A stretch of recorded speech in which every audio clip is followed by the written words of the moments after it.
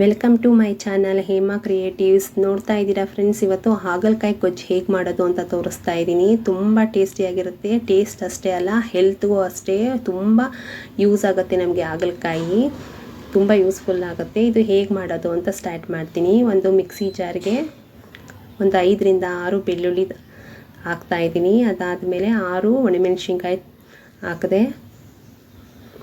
3 tomato cut ಮಾಡಿ ಇಟ್ಕೊಂಡಿರೋ 3 tomato, ಅರ್ಧ spoon ಜೀರಿಗೆ ಹಾಕ್ತಾಯಿದ್ದೀನಿ. ಅದಾದಮೇಲೆ ಸ್ವಲ್ಪ ಕೊತ್ತಂಬರಿ ಸೊಪ್ಪು, ಸ್ವಲ್ಪ ಹುಣಸೆಹಣ್ಣು ನೀಟಾಗಿ ತೊಳೆದು ಇಟ್ಕೊಂಡಿರೋದು ಮಿಕ್ಸಿಗೆ ಹಾಕ್ತಾಯಿದ್ದೀನಿ. ಇದು ನೀಟಾಗಿ ಪೇಸ್ಟ್ ಮಾಡಿ ಇಟ್ಕೋಬೇಕು.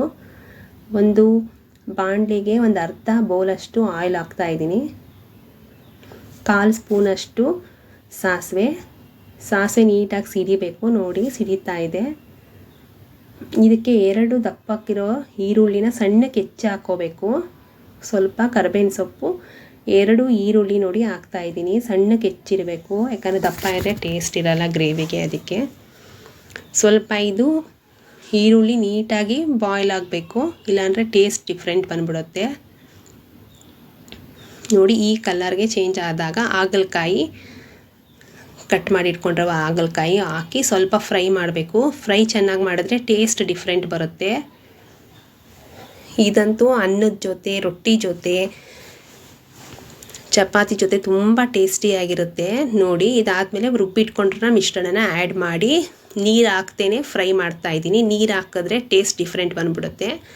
ಅದಕ್ಕೋಸ್ಕರ ಇದೊಂದು 10 ನಿಮಿಷ ಆದರೂ ಫ್ರೈ ಮಾಡಬೇಕು. ನೋಡಿ ಹೀಗೆ ಫ್ರೈ ಮಾಡಾದಮೇಲೆ ರುಚಿಗೆ ತಕ್ಕಷ್ಟು ಉಪ್ಪು, ಎಷ್ಟು ಉಪ್ಪು ಹಾಕ್ತೀರಾ ಅಷ್ಟು ಉಪ್ಪು ಸೇರಿಸಿ,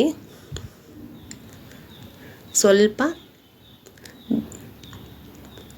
1 ಗ್ಲಾಸ್ ಅಷ್ಟು ನೀರು ಹಾಕ್ಕೊಂಡಿದ್ದೀನಿ. ಸ್ವಲ್ಪ ಬೆಲ್ಲ ಆ್ಯಡ್ ಮಾಡ್ತಾಯಿದ್ದೀನಿ. ಈಗ ಬೆಲ್ಲ ಹಾಕ್ಕೊಂಡೆ.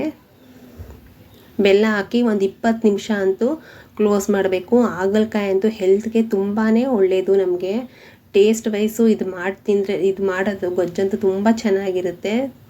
ನೋಡಿ ಹೀಗೆ ಬರುತ್ತೆ. ಒಂದು 20 ಮಿನಿಟ್ಸ್ ಬಾಯ್ಲ್ ಆದಮೇಲೆ ನೋಡಿ ಈ ಸ್ಟ್ರೆಚರಲ್ಲಿ ಬರುತ್ತೆ. ತುಂಬ ಟೇಸ್ಟಿಯಾಗಿರುತ್ತೆ. ಖಂಡಿತ ನೀವು ಮಾಡಿ ಹೇಗಿದೆ ಅಂತ ನನಗೆ ತಿಳಿಸಿ ಫ್ರೆಂಡ್ಸ್. ನೋಡಿ ಕೊನೆಗೂ ರೆಡಿ ಆಯಿತು ಹಾಗಲಕಾಯಿ ಗೊಜ್ಜು. Thanks for watching. Thank you friends.